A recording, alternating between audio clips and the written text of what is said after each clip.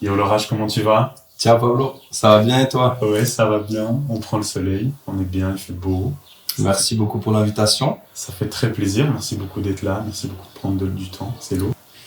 Et du coup, tu m'as fait écouter une chanson euh, qui s'appelle Madiba. Ouais. Est-ce que tu peux m'expliquer juste, sans entrer dans la chanson en elle-même, est-ce que ça va faire partie d'un EP? Est-ce que ça va faire partie d'un album? Comment ça se passe? Ouais. Du coup, en gros, là, depuis quelques mois, je sors une série de singles. Du coup, j'ai sorti Plus beau en 2 volumes, le 1, le 2, puis après l'intégrale avec encore des morceaux en plus, des acoustiques et tout. Et le tout, du coup, est sorti en mai passé, pour lequel j'avais fait le Derrière la plume 3, pour un des morceaux. Je l'avais fait avec Greg. Puis là, du coup, depuis, j'ai eu le temps d'écrire beaucoup de morceaux, de faire de la musique, de chercher un petit peu aussi où est-ce que je voulais aller. Plus beau, ça m'a guidé pendant 2 ans. Et du coup, là, je sors toute une série de singles, un morceau tous les 6-8 semaines environ. Et Ok. du coup, là, le prochain, c'est Madiba. Et du coup, l'idée, en fait, c'est que chaque morceau soit un peu une vibe, qu'ils n'aient pas encore forcément de fil rouge, ils se répondent pas forcément les uns les autres.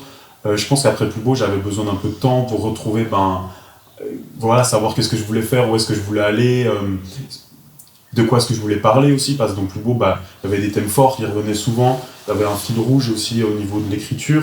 Puis ça, maintenant, c'est quelque chose que peut-être je veux laisser un peu derrière moi, puis aborder de nouvelles choses. Et du coup, ouais, ces singles, c'est un peu des c'est pas des essais parce que c'est des morceaux que j'aime vraiment beaucoup et auxquels je tiens, sinon je les sortirais pas. Mais c'est un peu des vibes différentes et comme je disais, pas forcément liés les uns avec les autres. Ok. Et du coup, celui-là, c'est Madiba, ouais. Ça tue, stylé. Et du coup, toi, ton concept, ça veut dire que tu dis 6-8 semaines, ça fait à peu près 1 mois et demi, 2 mois entre chaque single. Ça te suffit justement pour écrire une chanson? Ouais, en fait, moi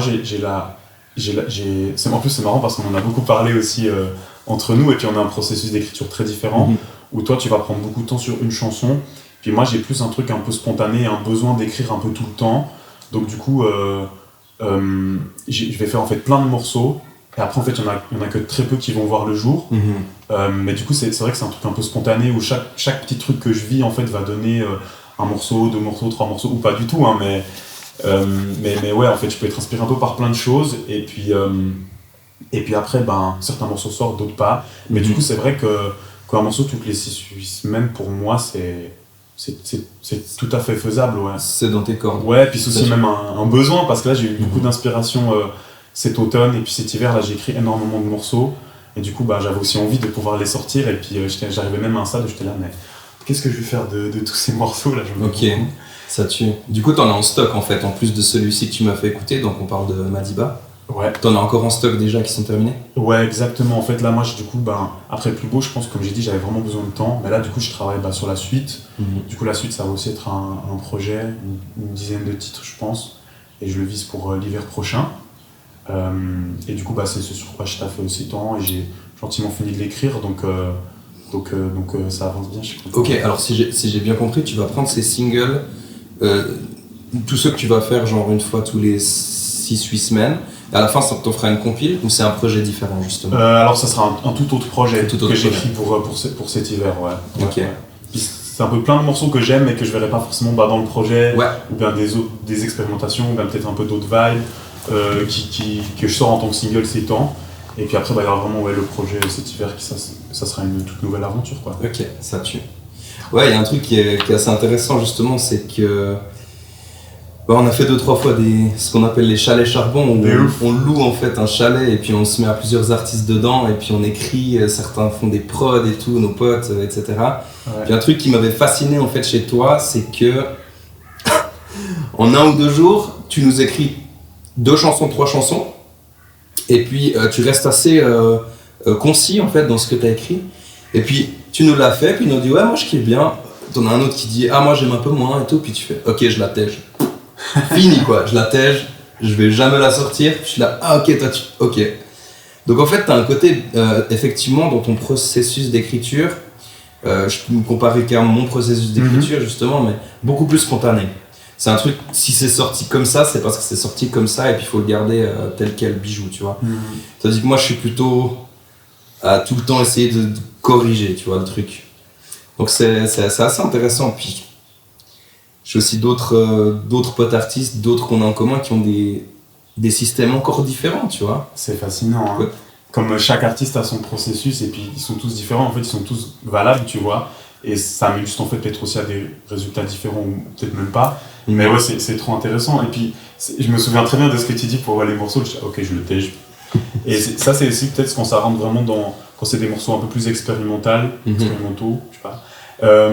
Mais c'est vrai qu'après, quand c'est des morceaux auxquels je tiens beaucoup, et puis parce que nous, tu vois, on se fait toujours des feedbacks, et puis comme tu l'as dit, on se fait écouter tous les morceaux à tous les potes, puis à toute l'équipe, et puis en fait, on est vraiment beaucoup derrière chaque morceau. Et puis c'est vrai que, par contre, quand c'est un morceau auquel je tiens, ou bien quand il y a par exemple un couplet que je trouve qui sort du lot, ou bien quand il y a une image, ou bien une phrase, tu sais, qui est vraiment genre ultra bien écrite ou tournée, en fait, pour moi, c'est un deuil de le jeter. Ouais. Je pense que ça dépend un petit peu quel morceau c'est. Et puis si c'était vraiment juste, ah bah tu sais quoi, j'ai essayé un délire, en fait c'est une instru que je maîtrise pas du tout habituellement, c'est un type de rap que je fais pas trop, vas-y, bah qu'est-ce que vous en pensez, c'est nul, ok, ça dégage. Par contre, si c'est quelque chose aussi dans lequel j'ai mis peut-être un peu plus de moi ou de mon cœur, là c'est vrai que c'est toujours un peu un deuil de le jeter, mais après, ça fait aussi partie du jeu, ouais. Ouais, parce que t'es carrément au stade où tu l'enregistres, t'as ton mini studio, tu sais, on se fait dans le chalet avec les deux matelas comme ça, puis t'as ton truc. Du coup, en fait, est-ce que tu deletes le fichier? Non, je les garde toujours. Tu les gardes quand même. Et je les réécris, et c'est marrant, je les réécoute. C'est marrant parce qu'en plus, là, le chalet charbon, le Airbnb là, dont tu parles, j'ai encore écouté des sons il y a quelques jours et j'étais là, mais en fait, mais en fait, il y avait quelque chose, ou bien en fait, je les aime, ou bien. C'est cool que tu les jettes pas complètement, du coup. Ouais. Mais du coup, ouais, tu les mets de côté, tu les gardes pour plus tard. Ouais, ou bien ça dépend vraiment. Ouais. Ok. Est-ce que t'es dans ce délire, juste avant d'arriver à ton single Madiba, est-ce que t'es dans le délire un petit peu de... on parlait pas mal de Russ, tu sais, qui est l'artiste indépendant par excellence, qui a percé de par sa conviction de tout faire tout seul, et puis il a quand même sorti 11 EP avant d'avoir, je crois, 10 000 personnes qui le suivaient sur, c'était quoi à l'époque, MySpace ou je sais pas quoi. C'était SoundCloud, c'est ça ? SoundCloud. Et tout d'un coup, il a percé, et puis il a cette... là, je te pose cette question par rapport au délire des singles. Je suis un peu sur le même délire que toi, je fais des singles. Après, je me fixe pas forcément de date entre chaque single. Est-ce que tu es un peu dans ce délire single après single, parce qu'il faut donner un petit peu à manger à l'algorithme, à la machine? Ouais, c'est ça. En fait, là, on rentre en plus à fond dans le morceau. Exactement. Et le mot algorithme figure dans le morceau, mais c'est très juste. Et peut-être avant du coup de parler du morceau, peut-être pour répondre sur Russ, c'est vrai que c'est cool de le mentionner, parce que moi, c'est un artiste, je pense parmi les 4-5 personnes qui m'inspirent le plus depuis quelques années, tu vois, au niveau de l'art et de la création.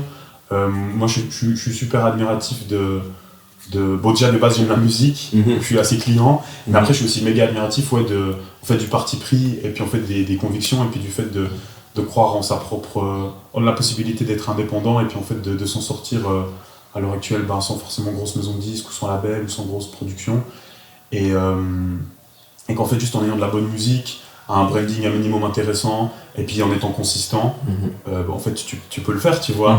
Et il en est la preuve, tu vois, et je trouve que c'est inspirant, et moi en tout cas ça m'inspire, et du coup donc pour moi, avant peut-être de parler du morceau, c'est vrai qu'il y a aussi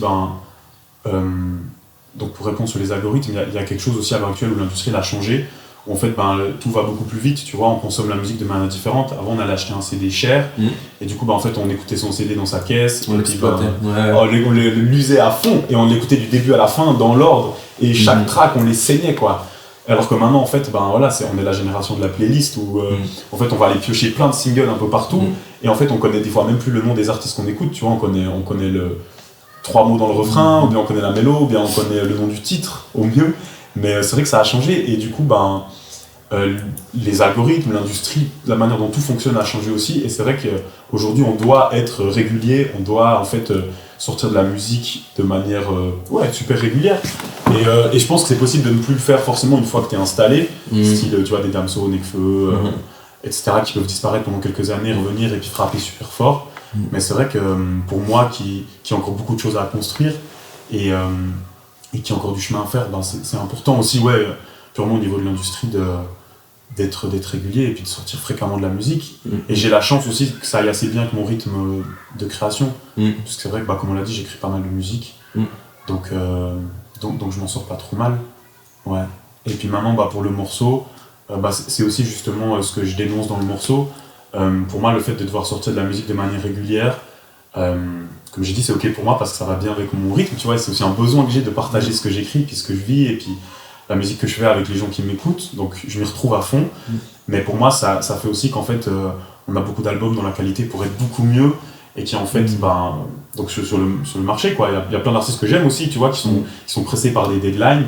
Et puis en fait, on sait que le fait d'avoir une deadline, c'est le pire ennemi de la créativité, tu vois. Et du coup, c'est vrai que c'est aussi quelque chose avec lequel je suis pas 100% ok. Et tout le jeu autour des algorithmes, je pense que c'est vraiment au final ce que je dénonce dans le morceau, quoi. C'est le fait que vu que l'industrie elle a changé, les règles sont différentes et qu'en fait on a plein de compromis en tant qu'artiste à faire pour pouvoir jouer avec les algorithmes, et je suis pas ok de tous forcément les faire, quoi. Justement, vu que l'industrie elle a changé, on est beaucoup moins dépendant des maisons de disques puis des grosses boîtes qui ont beaucoup d'argent qu'avant. Puis la chance, c'est qu'en fait on peut être notre propre média. C'est que grâce à ma page Instagram, grâce à mon TikTok, grâce à mon Snap, peu importe, en fait je peux moi-même faire la promotion de ma musique, l'expliquer.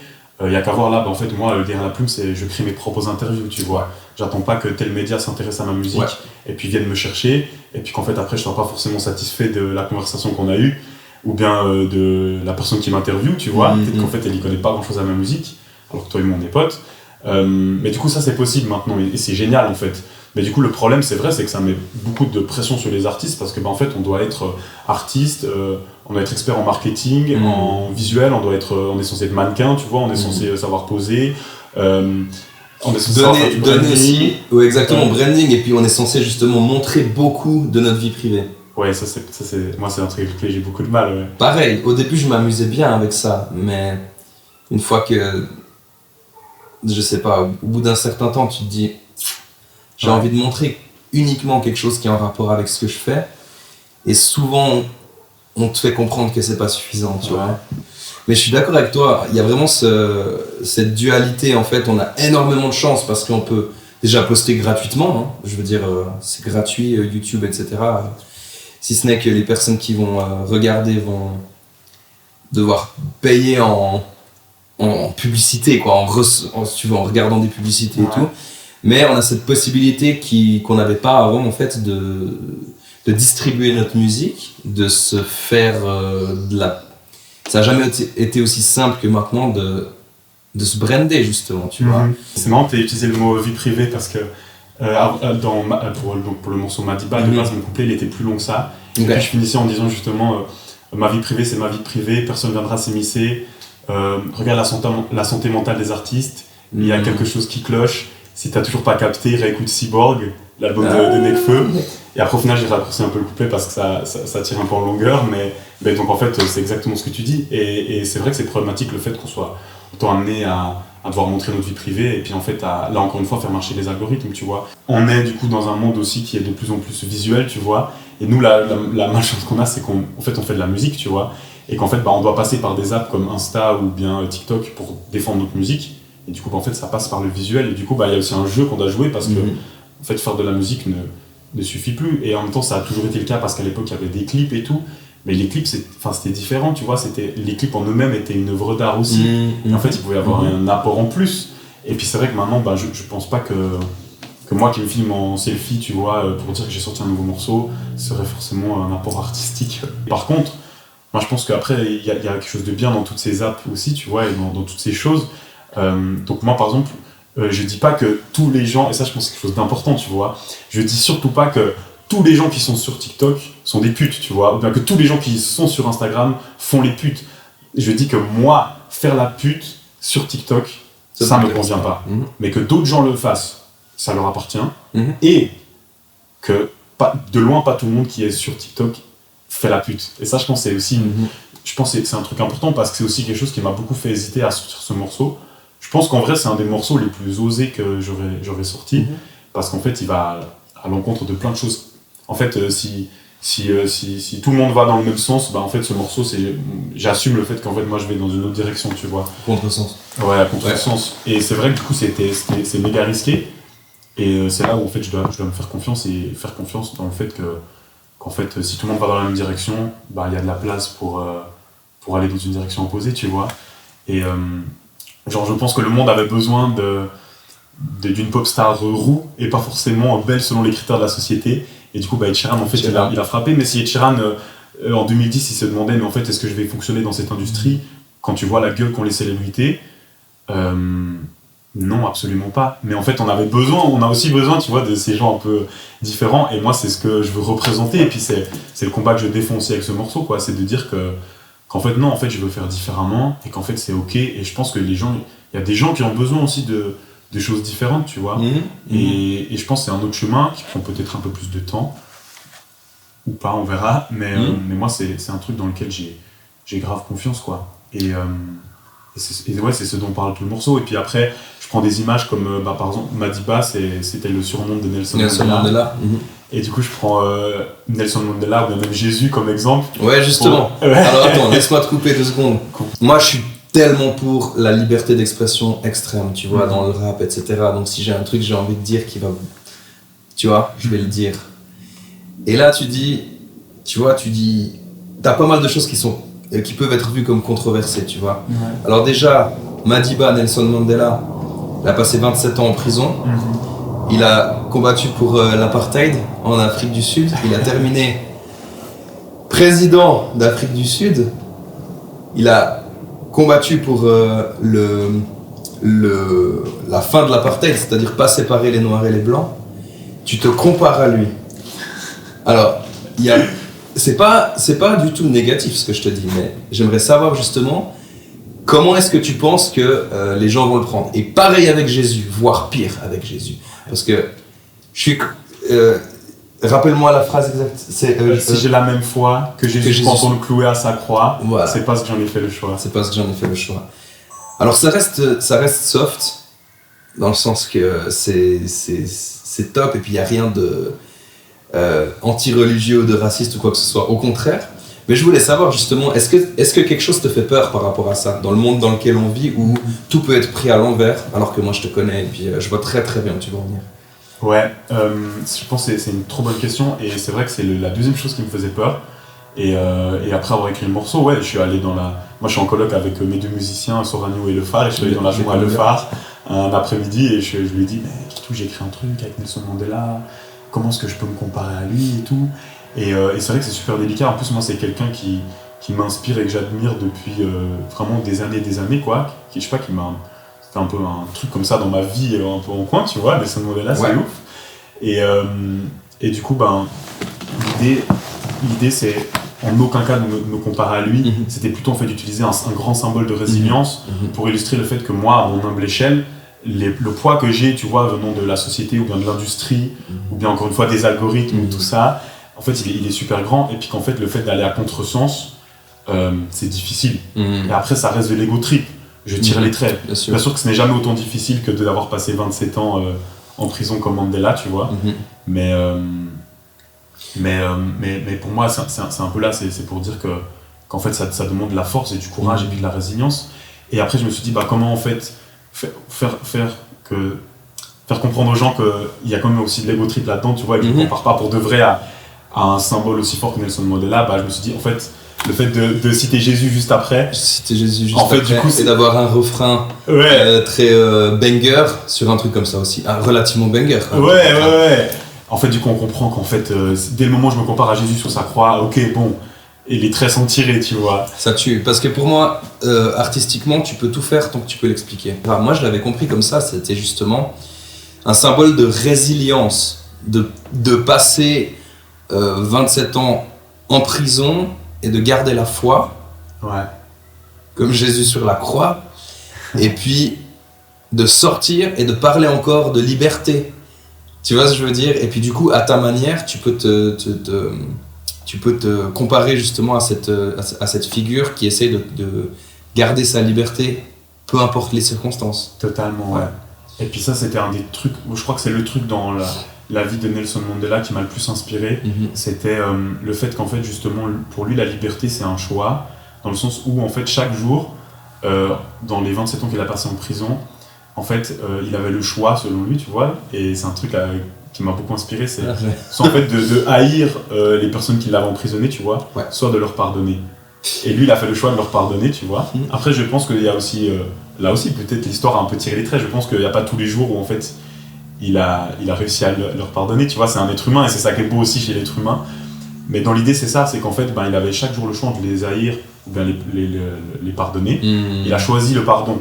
Et c'est là où ça m'inspire beaucoup, c'est qu'en fait, lui, il se sentait libre à travers ça. C'est qu'en fait, il avait beau être emprisonné, il se sentait libre via ce choix-là, etc. Et du coup, en fait, nous aussi, on est dans une boîte, tu vois. Et en fait, c'est à nous de savoir qu'est-ce qu'on fait de cette boîte. Et tu peux très bien, en fait, être dans une cage. Tu peux très bien, par exemple, pouvoir courir en rond dans ta cage et avoir l'impression que tu cours. Mais en fait, tu tournes en rond. Donc, en fait, tu peux très bien être...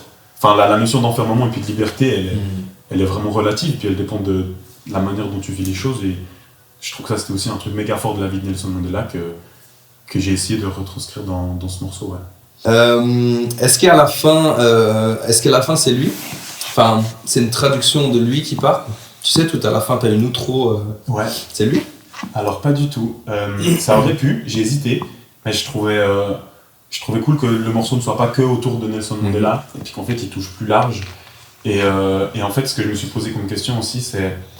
Par exemple, tu vois, quand on parlait avant de la vie privée et tout, pour moi, le fait, en fait, de refuser par exemple, de mettre sur Insta tout le temps ma vie privée ou autre, c'est qu'en fait, moi, je veux pouvoir vivre ma vie comme je veux la vivre.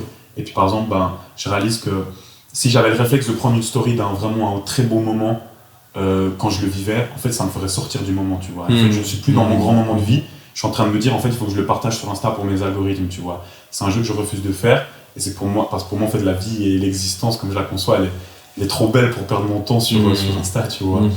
Et du coup, c'est un truc dont je me suis totalement détaché et de mon téléphone aussi. Et du coup, en fait, c'était un peu ça que je voulais représenter avec l'outro. C'est en fait ce qu'il y a à gagner à vivre une vie peut-être de manière plus spirituelle, ou bien en tout cas plus ancrée, peut-être plus dans le moment présent et plus dans la contemplation.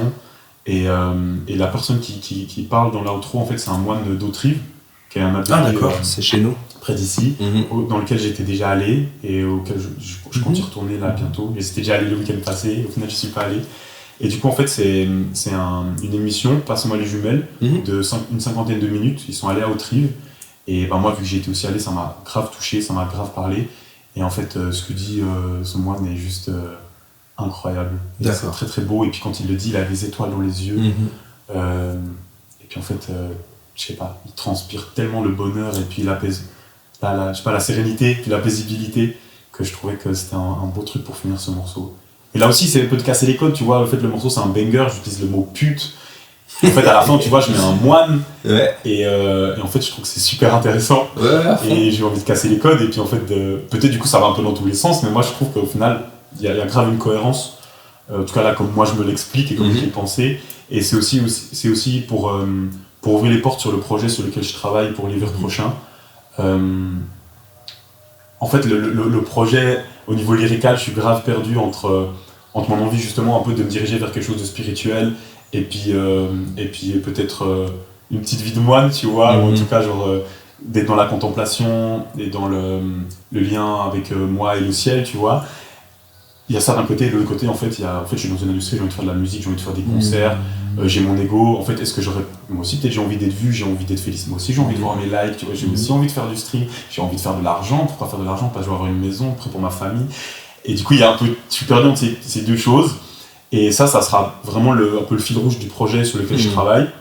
Et je voulais déjà poser cette première base avec ce single pour ouvrir sur cet univers-là, tu vois. Lourd. Perdu entre moine et popstar. Ouais. Des fois, on a envie d'un retour aux sources. Personnellement, j'ai envie de tout lâcher, d'envoyer un truc sur mon Instagram et puis de dire je serai pas là pendant 1 an, tu vois. Ouais. Est-ce que t'as aussi un peu ça des fois? Je l'ai beaucoup, ouais. Comme je disais, mon rapport à tout ça, il a beaucoup changé. Ouais, je passe beaucoup moins de temps sur mon téléphone. Enfin, je suis vraiment très rarement sur mon téléphone. C'est quelque chose qui me saoule. Je suis plus vraiment sur les réseaux sociaux. Je vois plus ce que font les gens autour de moi. Enfin, j'essaie de m'ancrer vraiment dans la vraie vie. Puis puis dans le moment présent. Ouais. Donc je te rejoins à fond. Et après, moi, j'essaie de trouver du coup un juste milieu entre... Une balance. Parce qu'en fait, comme tu le disais, tu vois, tu disais faire de la musique, faire de l'art. Puis en fait, moi, j'aime tellement écrire puis faire de la musique que c'est pas quelque chose auquel je voudrais renoncer. Et du coup, pour moi, maintenant, c'est comment faire justement coïncider, tu vois, mon besoin de petite vie de moine et mon besoin, en fait, de faire de la musique et puis... d'être vu aussi. Puis Ouais, t'es obligé d'être vu si tu fais, tu vois ce que je veux dire. Alors c'est vrai que pour moi être vu et connu, c'est plutôt ça vient dans un deuxième plan. Je crois que moi, ce que je veux vraiment beaucoup, c'est pouvoir vivre de mon art, vivre des chansons que j'écris et tout. Après, le fait d'être vu, c'est peut-être même pour moi un peu un prix à payer. Voilà, c'est pas forcément ce que tu cherches, mais c'est un des trucs qui doit presque... c'est pas forcément, mais... Toi, c'était encore des choses que tu voulais rajouter? Bah écoute, merci pour l'invitation. Merci beaucoup à toi. On aura encore un feat à se faire, toi et moi. Ah, voir quand on arrive à se... Ce soir vient de... Je t'ai coupé la parole. Ce soir vient de passer les 200 000 écoutes sur Spotify. Aïe. Du coup, c'est trop bien. Donc, vivement le deuxième, le prochain. À fond. Et ouais, merci beaucoup. Et toi, du coup, c'est quoi la suite? Alors, je suis aussi un petit peu sur le même délire que toi, où je suis plutôt sur le single, après single. Trop ouf. Donc, plein de singles, une série de singles. Plein, je sais pas. Après, j'ai trop aimé le tout dernier, là. Un peu plus fort. Ouais, un peu plus fort, j'ai beaucoup aimé. C'est une prod d'Antoine, du coup, tu connais bien Antoine. Ouais, trop ouf. Donc, je me réjouis d'écouter la suite.